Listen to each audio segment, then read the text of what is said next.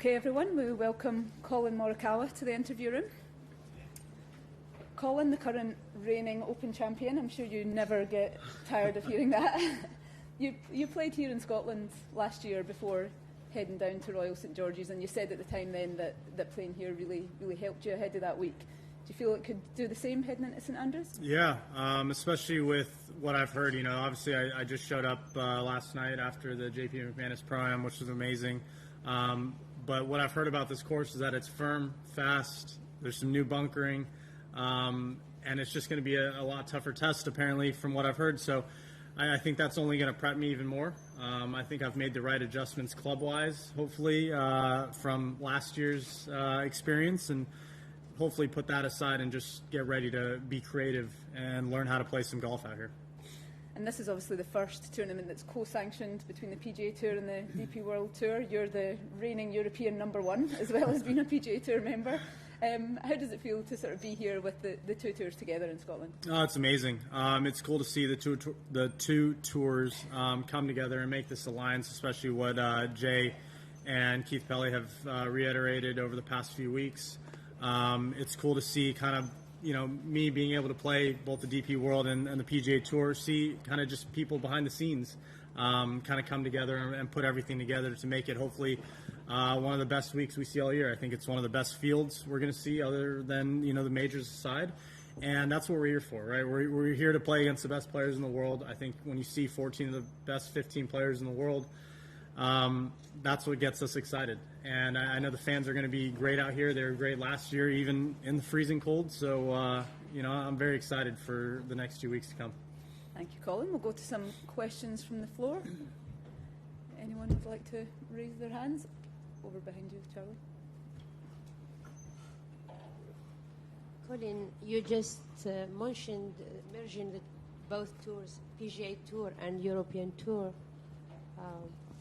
Are you ready to plan your future event, for example, coming to Europe to play European Tour event, DP World Tour event, like you plan to play on PGA Tour, or is it difficult? Well, you know, the past 2 years I've been a DP World Tour member, and I have been able to plan out some events to come over here.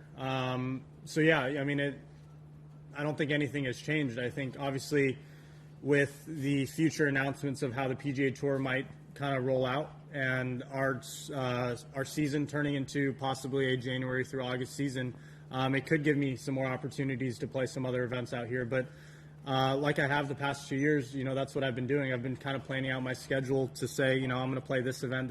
You know, earlier this year I came out and played in Abu Dhabi and Dubai. So, you know, I don't see that changing for any reason as of now. And we'll go to Sean at the back.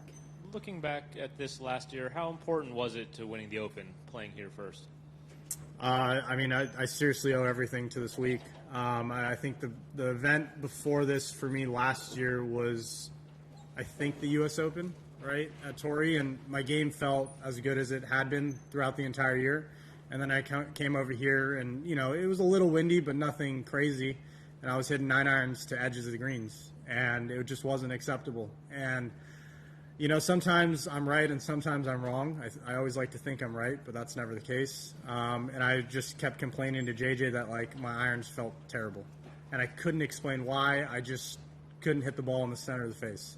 So, you know, without this extra week of just prep here at, you know, at Renaissance and playing here at the Scottish Open, I wouldn't have never thought about changing irons. You know, so if I had just shown up to the Open Championship last year, it probably just would have been a repeat of what I saw last year during this event, was hitting maybe fairways and then missing every green, which, you know, is not the case for trying to win major championships.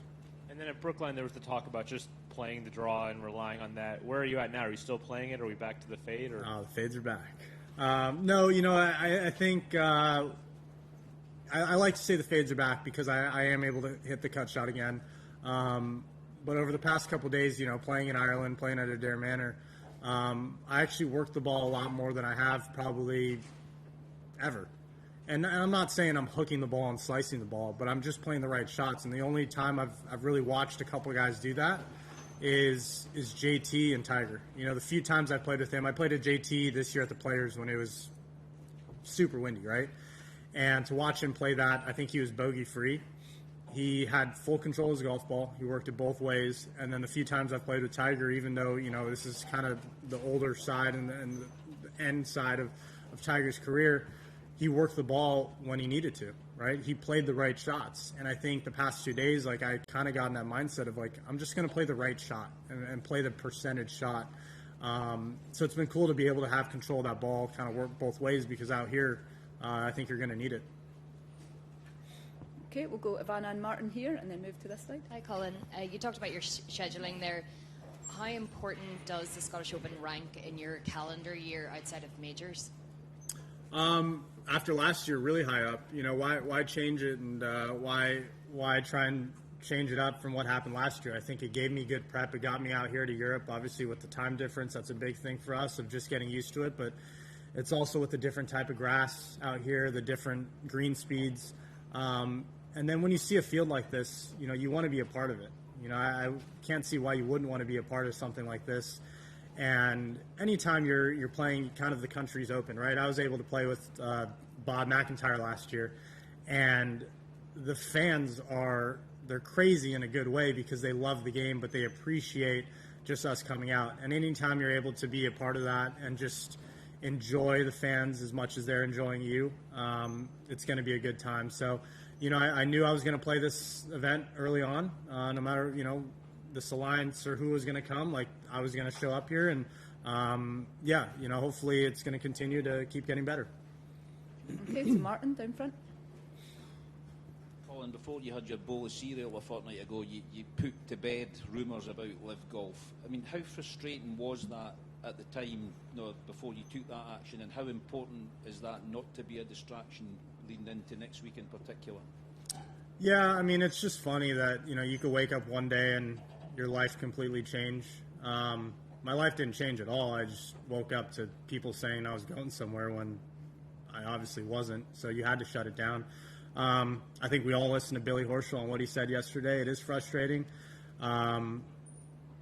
Someone, that's 25 years old, right? I've done this for 3 years. All I've dreamt about is the PGA Tour, winning majors, winning tournaments, playing against the best in the world, being here together. Yeah, I mean, it's annoying, and I'm at this point now, and it was funny because, we go back to my press conference at the U.S. Open, and simply because I reiterated what Brooks had said, that it was frustrating, that made it seem as if I was going to live. And now, if someone says it's frustrating and they compare it to Billy Horschel, does that mean they're all staying on the PGA Tour? I mean, it's funny because we all have our opinions, right? And we all have what we want to say, but all I want to do is focus on each week and focus on the tournaments. So that's why I said it at the U.S. Open, because we were here at Brookline where there's a lot of history, and I didn't care about anything else. Same thing this week. I've already shut it down. I shouldn't have to worry about it. You guys shouldn't have to worry about it. Just let it go. We're here, with an amazing field, 14 of the best 15 players in the world. That should be a storyline. And then for next week, I mean, I could say a mouthful of me being the defending champion, 150th Open at St. Andrews. Tiger Woods is playing again. I mean, does it get better than that? It's tough. It's tough to beat that. We'll go to Jeff, just in the centre. Colin, Tiger mentioned at Adair Manor, he is curious to see how guys play links golf in terms of trajectory. You were talking about shot shapes. He doesn't feel like the way the modern ball goes, necessarily guys will try to flight the ball more. Is that something you are working on and trying to get the ball down lower this week, just with a day like today? Yeah, I'm actually absolutely. I think you have to flight the ball. I mean, if you think you can hit it like that and get away with 25-mile-per-hour winds from past experience, I don't think it's possible. But you know what? I'm really happy today's blowing 25, 30 miles per hour, because that's probably the most amount, or I'm not going to say most amount of wind. That's on the top end of a lot of wind that we're going to probably see over the next 2 weeks, which is good. That's the prep you want. It sucks when you have zero wind in practice rounds and then you show up to the tournament and it's gusting. But it's only going to get you ready. And I think for me at this point, having been in Europe for a few days or, a handful of days now, it's just to come over here and play golf. I think that's what I've learned. I think that's what Jordan said last year at the Open in his presser was like, you have to be creative. You have to forget about what angles and what trajectories and what all the numbers go out the window when you play out here when it's that windy. Like, you have to learn how to play golf, hit different shots, high, low, left, right. So I'm really happy to go out there and play in the Pro-Am later this evening to kind of figure out, what I need to just work on to get the ball doing what I want. That's the biggest thing is, can it match, what you're seeing? Okay. Alistair over on the right. Hi, Colin. On to more serious matters. Justin Thomas was talking about taking part in the Slime Cup when he was in earlier. You were too. How did you enjoy that one? Oh, I hated losing to JT in the Slime Cup. Look, it was so much fun to get a group of not just golfers but celebrities and other athletes do that. It was in a place that I actually grew up playing golf. We were there at Brookside Brookside Golf Course, right at the Rose Bowl where I grew up, 5 minutes from my house. Never in a million years would have thought that's where I'd be playing golf in mitts and a Ninja Turtle outfit and getting slimed on. But it was so much fun. I think we all had a great time. It was something that I heard a lot of parents that I've grown up with that have other younger kids that enjoyed it. Those are the texts we like to see. Those are the texts that you just like their kids. Maybe that's what gets them interested because we were wearing mitts and we couldn't hit a golf ball because it didn't look like golf. But all the thoughts about what golf is can always be changed, and hopefully that was one way kids kind of get introduced to the game. I mean, we've heard a lot from the live players, particularly about growing the game. Do you see that as a kind of entry-level drug? The Slime Cup? Sorry? Are you talking about the Slime Cup? Yeah, stuff like that. There's stuff that it's a lot more fun for the kids would be drawn to. Yeah, I mean, look, as a kid, I didn't like watching golf. I mean, you get to see a couple shots and it just is whatever. But if you see us getting slimed and running down the fairways and hopping in a golf cart, driving around cones and seeing pizza and I mean, it goes on, right? I think John Rahm was in a SpongeBob outfit. Me and Terry Crews were in a Ninja Turtle costume. Like, that's what draws kids. I mean, that's what, as a 8-year-old or say, whatever, 5-year-old, like, that's what would draw me in and be like, what, this is a cartoon, kind of. What are they doing, right? What's that? And then their parents might tell them, oh, that's golf. So then maybe they bring them to the driving range, and maybe they, hit a couple balls and try and do what we did, not in a costume, hopefully, but, try and hit the ball as far as they can. I think that's what's cool, and that's how you can kind of get them involved and give them opportunities and give them another outlet rather than say, hey, here's our junior camp in the summer, like, go play this when it's maybe 100 degrees when they'd rather be with friends. I think it's a different visual, right? And that's the biggest thing is that was so different for a lot of people and a lot of kids and a lot of parents and families that I think it was an amazing outlet for everyone to go and watch. Okay, so Derek right in the centre. Colin, just taking away the rights and wrongs of live for a minute, how bad a look is it for the game, do you think, that somebody like Ian Poulter, this Ryder Cup hero, playing here and, the comments from Billy yesterday? I mean, like I said earlier, there's 14 of the best 15 players. You guys write the stories, every one of you guys in here, right? And you guys can write the stories about anyone else. I think we hear a lot of stories about players that are here that come to these press conferences, but you guys maybe don't write stories about other people that are interesting. Every single player out here, like Billy said, every single player, every single member on the PGA Tour, every single member on the DP World Tour has a story, right? And sometimes guys don't want to share their story, but sometimes they do.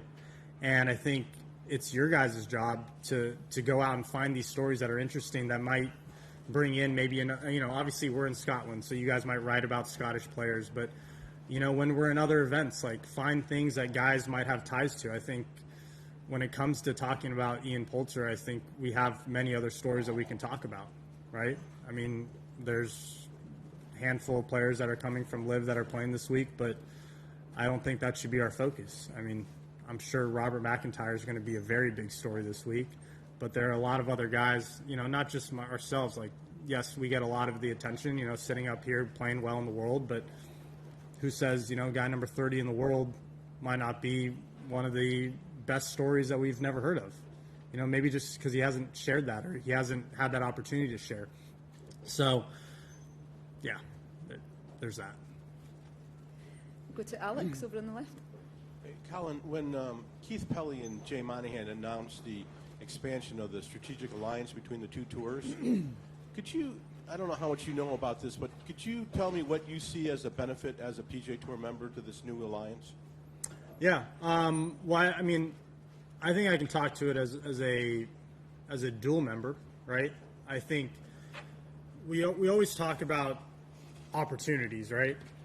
And the more opportunities, the better. I think if you look at the past and you look at previous players playing on the European Tour, there was no really direct way to get to the PGA Tour. And if you look at what the DP Tour represents, I mean, I get it. We grew up in the U.S. and you sometimes think in a bubble, and this is everything, right? This is what we have right here in the United States. And you get a few international players, but when I first was coming over here and playing what was then the European Tour, you see the quality of golf and you see the quality of players. I mean, I'm not saying it might not be the depth of what we have on the PGA Tour, but some of the guys up there, you say, yeah, these guys could definitely play on the PGA Tour, but they've kind of been stuck maybe on this one little route on the DP World Tour that they just couldn't get out of, right? And the only other way was to keep winning multiple times, get to the top 50, play in the WGCs, which are no longer really a thing other than the match play event in, I guess, China, and then playing in the majors and having to play well there, right? So I think when you look at this alliance, it gives opportunities around the world. And I think as the PGA Tour, that's what we want to do. We want to have the best players around the world, not just the best players out of the United States. So just to follow up, basically from a PGA Tour standpoint only, the fact that you'll be able to have better players coming into the tour from all over the world is the benefit, or is there another benefit that you can see? I mean, I haven't really given it enough thought. I mean, I can't speak on, I'm not the PGA. I mean, I guess we are the PGA Tour, what Billy said. I am the PGA Tour. I'm one of the PGA Tour. Look, I haven't given enough thought. That's my first initial thought of, like, we all keep talking about we do want to play against the best players in the world, and when you have a field that is able to be put together of the best players in the world, we love being there, right? So if it gives a couple more guys an opportunity to make their name and create their story on growing up the world rankings, like, so be it, right? I think when it reallocates everything, at the end of the day, I just want to see the best players in the world, and that's where I want to be. Okay, we'll take a final two questions. Swami here and then Bernie. Colin, you were in college not too long back, just 3 years ago. And when you were playing college golf, the dream was always to get out of the PGA Tour, win big titles, and hopefully a bit of money too. I'm not going to ask you, why some others have done that. But if you had been in college right now, and this kind of a thing came, because it wasn't too far back, what would you have done? Would you have sacrificed the PGA Tour dream, something that you grew up with as a kid and through college, and say, okay, I'm getting tons of money there, but I'll now win a tour event, or I may not get to a major. I mean, I know it's a hypothetical question. If you were faced with such a dilemma, what would you have done? Oh man, I love hypotheticals. Don't we all? What if this? What if that? Yeah. I would have stayed on the PGA Tour. I can't give you the certain answer, but that's my gut answer, and that's what I just said right now. I went to school for 4 years, and I got my degree. Not because my parents forced me, but because academics were important, right? I went to UC Berkeley, one of the best colleges around the world, public universities especially, and grinded it out. Wasn't easy, got my business degree. I mean, I lost in the Korn Ferry playoff between my freshman and sophomore year. Felt like I was good enough, after my sophomore, after my junior year. Maybe I wasn't, Tiger, Jordan Spieth, these guys that made waves, but I felt like my game was good enough and consistent enough to go out here. But, from a very early age, just because some person did this or some person did that didn't mean I was going to do it. And like college, I had my sights set on the PGA Tour. I had my sights set on getting my degree, accomplishing it for myself, right? And at the end of the day, I think I wanted to go out there, and I was prepping in college to play on the PGA Tour. I get it. Things can change, and I get it. There are other, we'll call it opportunities or other influences out there in the world that give you some other route to go. But, you know, I think where I was at in college, I was going to be financially okay with where I was going to be. And, shoot, I just wanted to win whatever that first tournament was going to be, which happened to be, you know, RBC Canadian Open that summer. So, yeah. Do you feel more complete? I mean, you're asking me a hypothetical. No, now it's a reality. Now, Are you feeling more complete now that you've done what you wanted to? Oh, I mean, I've only checked off a little skim of what I wanted to do. We're only 3 years in. Thank you, Colin. Okay, to Bernie in front. Colin, just on the back of probably Alex's question, and with this sort of special theme going at the moment, how special would it be for a rank and file European Tour player to be presented with a PGA Tour card this Sunday night? How do you sort of measure that? I mean, when I won my first event, even though, you know, I think I had earned my card for the next year, the emotions are amazing. And, you know, I think what we, you know, I maybe I've read it, maybe I've heard it. I don't know what everyone's goals are in life, right? Maybe for some European Tour players, it's to make it to the PGA Tour. The United States is a long ways away. And I know that from 5 days ago when, you know, sleeping was hard. You know, an 8-hour time difference is not the easiest thing, and I get it. People have families. So for some, I know a lot of the younger guys, I think, would be ecstatic about it. You know, some of the other guys, maybe they would want to, maybe it's a trial period to see what they want to do. Everyone's got different goals in life. Everyone's got different priorities. I think at the end of the day, the PGA Tour is the pinnacle of golf, and it always has been. And to know that you have at least gotten there, maybe for a DP World Tour player to get there, knowing that, you know, at the end of the day, when they tell their grandkids, you know, I had my card, it would be a really cool little piece of history to tell that. So I think for anyone, it would be very special. Okay, we'll wrap up with the final question from Joy on the left. Hi, Colin. The number one question about being the number one, that is, you came so close to it, a few holes away from being the world number one. How frustrating was that you couldn't do that, and how much of a motivation that gives you now? Yeah, I think that, you know, might have played a factor in how I was performing at the beginning of the year. You know, all I cared about, or not all I cared about, that's a lie. What I cared about was trying to get to number one in the world. You know, I've heard different players talk about this, and I've kind of paid attention to it. And, you know, where I'm at now, you know, Scotty's built a gap between us. And I just want to get back in the winner's circle, you know, and that's what it was like since I've turned pro, and it hasn't changed. But when you know you're on the grasp, or when you're on the cusp of something and you're so close to that, you know, sometimes that kind of jumps precedent to what you really need to focus on, right? And I was so focused on hitting that perfect cut and hitting these shots that I knew that could get me to number one in the world that it kind of took over rather than me just playing golf.